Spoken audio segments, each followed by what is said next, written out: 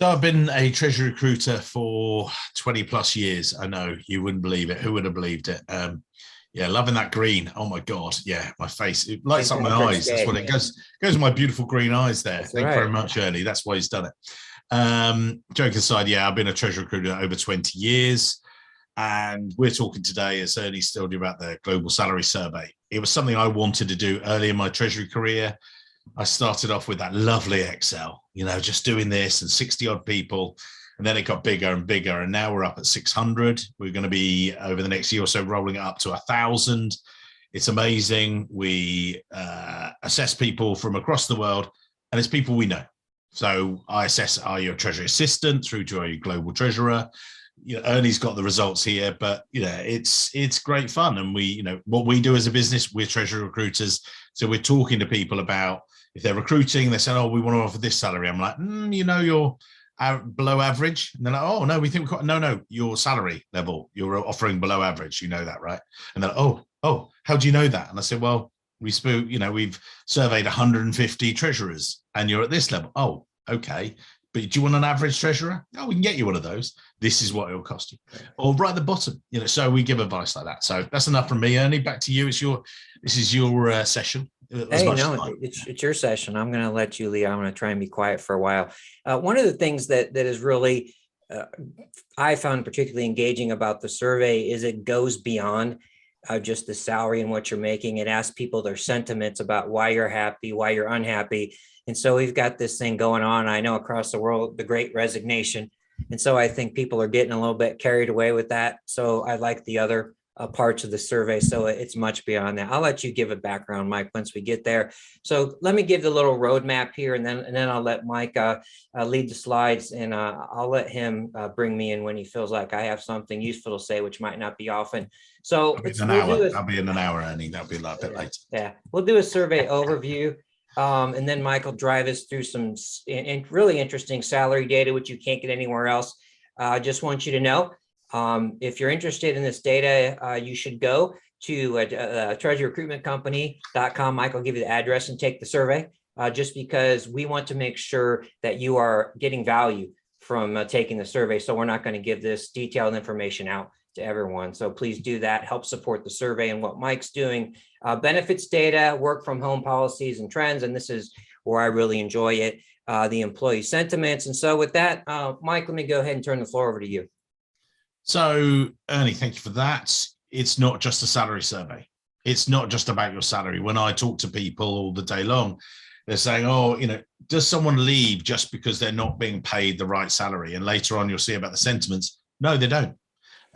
What they do is they say, well, and again, people don't leave because they don't like the cash management system, or they don't leave. They leave because they don't like you as a boss, or maybe you're not paying them enough, but that's way down the list. It's about, are you looking after them? Are they enjoying the work they're doing? Have they got career progression? Is it, and we'll come back to working from home. Is it that prior to pandemic, you were saying working from home, maybe flexible Fridays on an afternoon, and now you did 2 years of working from home and you're saying, right, guys, we're going back in the office for a few days a week. How many? What few days? Well, Monday to Thursday and Friday mornings again. Like, whoa, that's not working from home. So that's what we go through. But this was exactly here. We've got overall fulfillment, the why about the salaries. Now, one of the things Ernie just mentioned there, go to treasurysalary.com and we'll send you the full survey if you take part. How much does it cost you? 2 minutes of your time. Money-wise, it's free. It's amazing. It never closes. People have also said to me just on there, when does it stop? Well, we keep running it. We're running it. We ran it end of last year, 2021. We're now in 2022. We're running it again. We're improving it. We're widening it. We're going to run it again later on in the year. It keeps on growing. We're at 600 now. We're going to keep going up to 800. Right the way, East Coast, West Coast of the US, UK, Europe, Asia Pacific, right the way. So it goes right the way around. One of the biggest demographics you've got here, well, you've got all levels. And in actual fact, these have changed a little bit, or are changing rather, in the next survey. What I am noticing, we've created some other groups as well. You've got the treasury analysts there and assistant treasurers. Right. Those have gone up a little bit.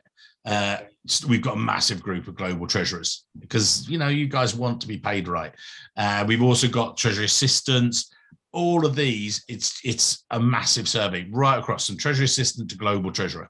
And we split out some of them, but we can talk about that later as well. Sorry to interrupt the video for just a moment. We will be back with some more highlights from the amazing salary survey in just a moment. But as you know, or may not know, we only actually share the full salary data with the amazing treasury professionals that take part in the survey. So what I'd ask you to do is go to treasurysalary.com. That's www.treasurysalary.com. I know, it's an easy one. Take part and we'll send you the latest and greatest global treasury salary survey that there is. So go there, have a look, take part, and we'll share their latest results with you very shortly once we confirm you're a treasury professional, and we'll share them and send you this amazing salary survey. Many thanks. All right, let's get into some benefits data. People sometimes stop at salary, and I don't think they look at the total compensation, and sometimes it's harder to put a dollar value on the benefits, but people need to look at the total package here. So yeah. So what do you want to know? Yeah, here we go. So who gets bonus? Well, this was overall. We used to do this and actually split it out according to each of the levels, but it made the survey too big. People were sort of saying, group treasurers get this benefit, treasury managers get this benefit. Right. I said, do you know what? Let's just do it across the piece. You notice there, we actually retire a couple of these. It used to be a big thing, people getting travel allowances, season ticket loans. They're gone. They're mostly gone. So we're going to retire that on the next survey. But you got gym membership. That's quite a nice one. A lot of people have that. Obviously, pension contribution, it's more prevalent in UK and Europe, whereas, tend to give it more. But healthcare benefits, again, a big one in Europe. We may bring out some sort of splits between each of the categories, like UK versus Europe. We did that before. It was, what's the word? It didn't give us so much value. And that's what the survey is all about, value. So again, if someone's saying, can you tell me about this? Pick up the phone. We'll give you individual advice. I'm going out of the box here, and I always like to make things too complicated. But did you ever, and I don't know the answer to this, did you ever look at how many weeks of vacation folks get, or is that baked in somewhere? It's well, again, when we talk to US, you get 10 days. Right. In Europe, you get 3 months. No, UK, you get 25 days. Well, no, this is true. Well, I'm doing this big campaign. I was talking to one of the candidates the other day, and he's on 35 days holiday. And that's him. He's in Germany. He's doing a certain set number of hours, like 37 and a half or 35 hours. Can't remember exactly.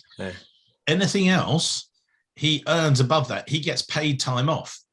So year before last, when he was still in the office or still doing some COVID and everything else, he got amassed like 42 days holiday.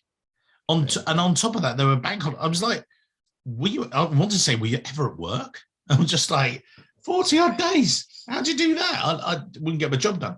Whereas you guys in the US, I think it is, starting to change. I know you get a lot of public holidays, but you still don't get anywhere near as, UK and Europe. I think people are a bit more flexible. And I think actually one thing that COVID did and the pandemic was proved, you don't need to travel so much in and out of the office all the time. I think people are getting a bit more balance to their life. So I think that's one thing that's come through. All right, let's go into a little work from home and see. This is interesting. Ask me some questions. I'm bored of talking to myself. Yeah. So working from home for me, I've been doing this a long time. So when you're talking to candidates, did you get any sentiments from them just from your conversations? Do they not like working from home? Do they like to be? I guess it might depend on the person. For me, I've always worked from home. In the US, we've always been against it. So I think it's changing, but just curious what you're hearing from your conversations, from employers and employee. I want people to look at this survey and just imprint it on their mind for a minute. Currently, you've got there 100% working from home at the current time. And we actually started our survey way back last July. And actually, we're updating the figures. So these aren't figures from July. We've updated them since then. But when we first started this, my colleague Craig, he said to me, Like, can we ask this working from home question? I was like, oh yeah, okay, yeah, not thought about this. And he said, look, let's ask, how many days are they working from home currently? How many days? Can you go to the next slide, Ernie? We'll jump around a few. Keep going. Boom. How many days are they going back in the office? That's being told to go back in the office. So if you notice that, yeah, it's the opposite way. We should flip it around actually, but remote. And then keep going. Next slide. And again, where do you want to work? Right. That's the question. Yeah. That's the doozy. So if you actually look at it, how many people want to be fully remote? You're talking only 15%. I want to not go back to the office at all. But people are, the majority, as you got there, 50% of people are happy with 1 to 2 days a week. Right? 1 to 2 days a week seems about right, going in, collaborating with your colleagues and stuff like that. We go back a slide, if you would. There you go, back in the office. But how many people are asking them to go back in the office? You see in this, there's actually a push factor. Fully remote, great, but there's actually quite a few people going back saying, well, 22% want, or 60% want people back in 3 days a week. And they're like, whoa. So a quarter of employers just coming on saying, can you get back in the office, please? And I think there is a differential as well. I've noticed when I'm talking to US clients and companies and candidates, there's a head-to-head at the moment. I've got one of my clients, they're in downtown New York, and they were saying to me that they're happy to travel in themselves. The CEO, CFO, they're happy to travel in because they live there. Right. Their treasury manager and one of their senior treasury people, they travel an hour and a half each way. Oh, right. And they're going, well, our CEO wants us back in. And they're like, well, we've just done 2 hours of not getting on the 2 years rather of not getting on the train. And now they're like, whoa, I've got a 3-hour commute, 15 hours a week. And already the treasurer's going, I've got some challenges here. So he's having to arm wrestle between and be that filter between them and say, well, we can't go back all that way. And if you go back to the beginning, if you would, the next one before that as well, if you would, Ernie. Which one? And there you go. So look at this. You're talking 40%. In fact, behind that. So if I put the 45% of people at the moment, and how many of you are working 0 days, maybe 1 day a week back in the office at the moment? Is it really hurting your productivity that much? Are you say we must be in 2 days? Why? I have one of our clients in northwest part of America. Prior to lockdown, they were in the office 100% of the time. Lockdown came, 100% working from home for a year and a half, 18 months. They're coming out of lockdown. They're reopening the offices. And what are they saying? We want you back in the office. I said, well, hang on. How was the productivity? And the HR director, she went, it went up, Mike. So hang on. So they were working from home remotely and your productivity and actual results, monetary results went up. Yeah. So what are you doing from that? Monetary results, brilliant. They went, they want to be back in the office. I said, who wants to be back in the office? Well, the bosses, they like to. They're old traditional. I said, well, they're old traditional, aka broken, aka stupid, and they want you to go back in the office all the time. Yeah. But the results are better when you work from home. Yeah. We didn't recruit the job. We moved away. We were like, yeah, I don't think we can help you. All right, let's talk about employee sentiments here. This is what I find really interesting. This is cool. Because if you look at it, well, very unhappy and unhappy. 30% of people are unhappy, or so some people are really unhappy. Call me if you're really unhappy. We'll help you. Yeah. But generally, 7 out of 10, roughly. 7 out of 10, you're happy. You're all right. You're doing, you don't mind it. Happy are very happy. 10% of you just coming on 10 or 9%, 10%, very happy. You're really being looked after. But the fact is, only 1 in 3 is going, oh, get me out of here. So it's not as bad as it is. I think it'd be interesting as time goes on about the work-life balance and base salary. That'll be telling over time. Who's the boss? It's one of my favorite ones. Yeah. So if you like, a lot of the bosses out there are doing a pretty good job. So like you're looking at that 80%, So that's 4 out of 5. You're doing a pretty good job. If you're one of the 20%, maybe try and find out, if you're one of that 20%, what you're doing wrong. Someone asked me the other day, they said, well, how do I find out what I'm doing wrong? Confidential salaries, confidential surveys, they're not telling me and stuff like that. I said, try and be them. I said, what would you like? What do you think, they want to do? Have a sit down with them, have a coffee.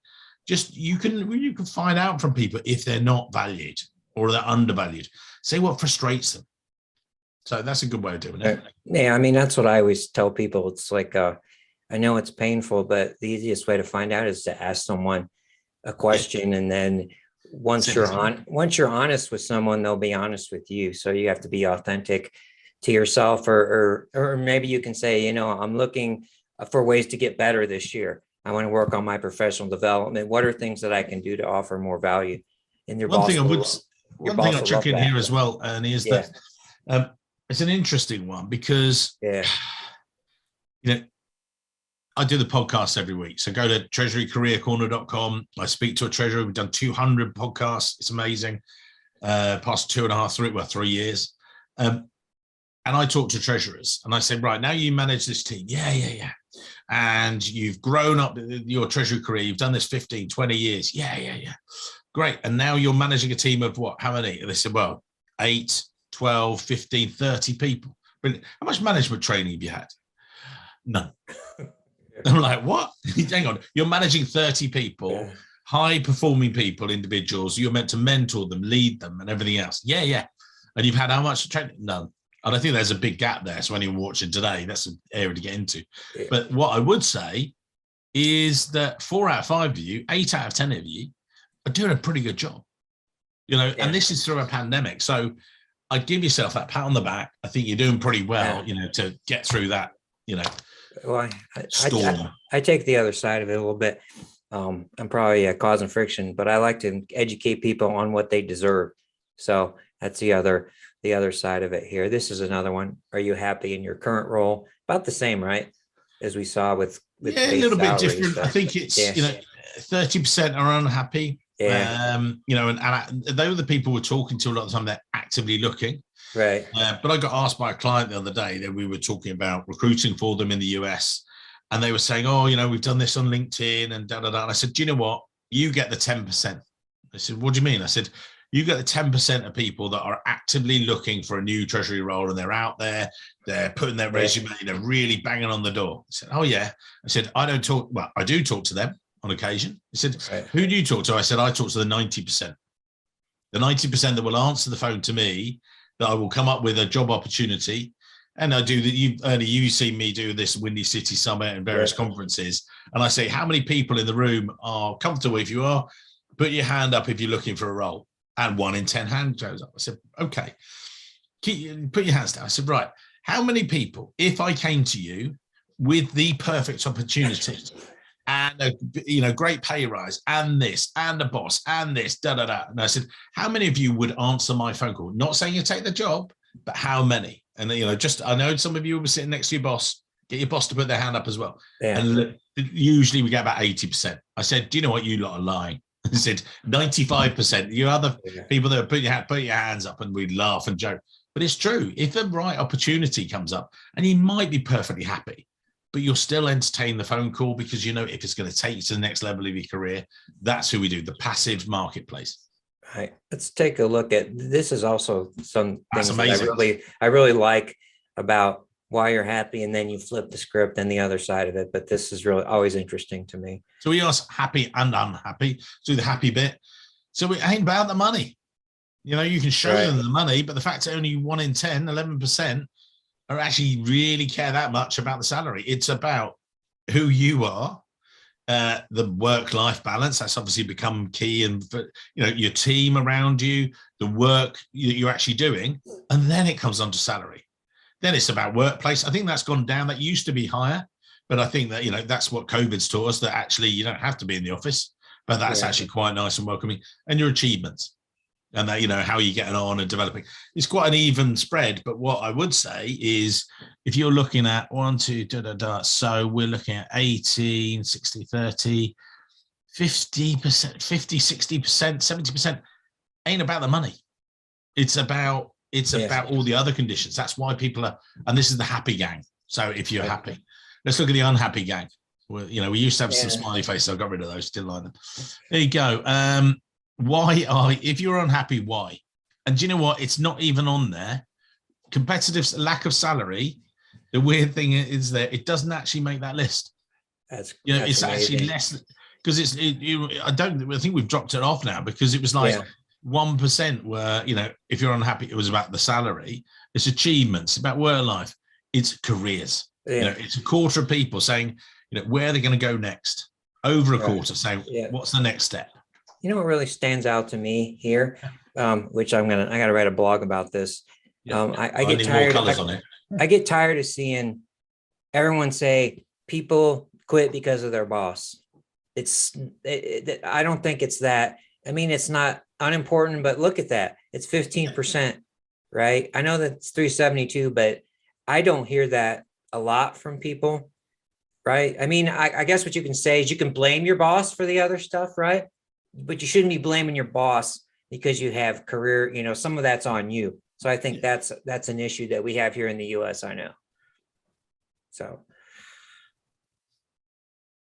all right. So let's go for some key takeaways here. Give us some fine points. I know the market's booming. It's great. Yeah. Salary is rising. Is that just because, you know, the market is booming? That's a factor on it, but it's a recovery post-COVID. So that is another thing. I do think that the legislation in America is rebalancing the framework slightly, not all the way there yet, where you're not allowed to ask someone their past salary, you know, this is to, you know, redress the gender imbalance. But I do think it's also, there's also a flip side as well, because you're not allowed to, you're allowed to say what your expectation is, but, you know, you bear in mind, keep it a realistic expectation. I just had a candidate the other day, and he said to me, well, I don't want to tell you my salary. Why do you want to know my salary? I said, well, because this is in Europe, you're allowed to ask it. So we don't have to tell me your salary. That's fine. I don't mind. I said, but I'll put you forward to the client. They'll make you a job offer. It might not be what you want salary wise. He wouldn't even tell me his expectation at one stage. And I was like, I'm working blind here, fella. You know, it was like, and then I said, don't tell me. I said, but when you get later on in the process and then they underpitch you or you don't give you the right salary, don't complain to me. And do you know what? He said, oh, actually, I'll give you my compensation. All I wanted to do, it's in my interest to place the guy. Yeah. But actually what he did, it was quite challenging because he's then come in as well and he wants a 50% increase on his base at the moment and better conditions. I'm like, is this guy? No, it's not going to work because his expectation is too high. Yeah. And also competition is increasing. Now, someone said to me, well, you know, but there are 300 applicants going for one of those jobs. Yeah. And, you know, yes, you're an individual, but you're not the only one. You're one of everyone. That's one of the keys. Thoughts, Ernie? Are you? I mean, I think it's a nuance there, right? There's two dimensions to competition, right? Are there people that are really good, right? Is it the number or is it the quality of people that are? And I personally, I did a little survey on LinkedIn and it said a lot of people, I think it was 30 or 40% quit last year, will quit this year. So I think maybe in the past, I thought the number was going up because it was easier to apply for LinkedIn. But now I think the quality is also going up. So that's the point that I would kind of stress. But also what you're seeing is, you know, I talked about the 300, but that was a completely remote job. Yeah. When actually we're getting jobs that location wise, they want you to be in a couple of days and, you know, and rightly so, because they want teamwork, they want some collaboration and stuff. And I applaud that. I think that's a good thing and stuff. But one of the things I was going to say that what's been happening is that as we went into the pandemic, you know, you'd see those adverts and they'd have 150 people. And then halfway through, it was like 100 people. Then it was 50. And now we're coming out of it. People have more opportunity and they don't have to walk through your door. We just had a situation with one of our clients today. And they said, well, I took a pay cut for my latest role. You know, I did this. And I can't say who it was, but the fact was we were like, well, more for you. Like, you took a pay cut and it was the right role for him at the time and everything else. But this is a rising market. Candidates don't have to take your job. They don't need, they vote with their feet, or they don't move. They don't vote with their feet. They don't go, oh yeah, I want 20% less. I've got my bills are going down, aren't they? No, they're rising. Yeah. Oh, okay. So, and yes, there might be an opportunity. Sometimes if it's the right move and you say, well, look, it's actually a move, I'll bounce and come up. That's brilliant. You know, if you've got that confidence, if it's the right move, great. But the fact is, you know, you guys need to make it attractive to people. Right. Yeah. Just a couple other things, you know, which we saw, you know, people value the, I call it the flexibility. And companies in the US, you're a boss, you need to fight for your people, because as Mike said, the productivity is going up. So don't be afraid to push back on that. If someone wants you to go in the office, you want to go why. And also kind of going in to a job or relationship, just really understand your value. Because if you started a company and you're undervalued, you're never going to catch up. So make sure that you're going in at the level and you have what you want, because once you're at a company, it's really hard to catch up. That's something that I experienced in my career. And I think one of the big things for me is that I think people are thinking about it, but I don't think those of us who talk to people stress this enough. There's more dimensions to your job happiness, right? Think about what really matters to you. And I still see people jumping around in jobs, and I don't really think they're thinking through really all the dynamics. The grass is always greener. Look at our green thing here. Well, it's not. So understand what you're getting into. Even in today's world, when there's an opportunity, there's a reason. Make sure you understand the reason. If you think you're not walking into a mess, you are in another reality, everyone, because there's a reason for that. So try and make sure that you are as informed as possible on that. So I would add that. So Mike,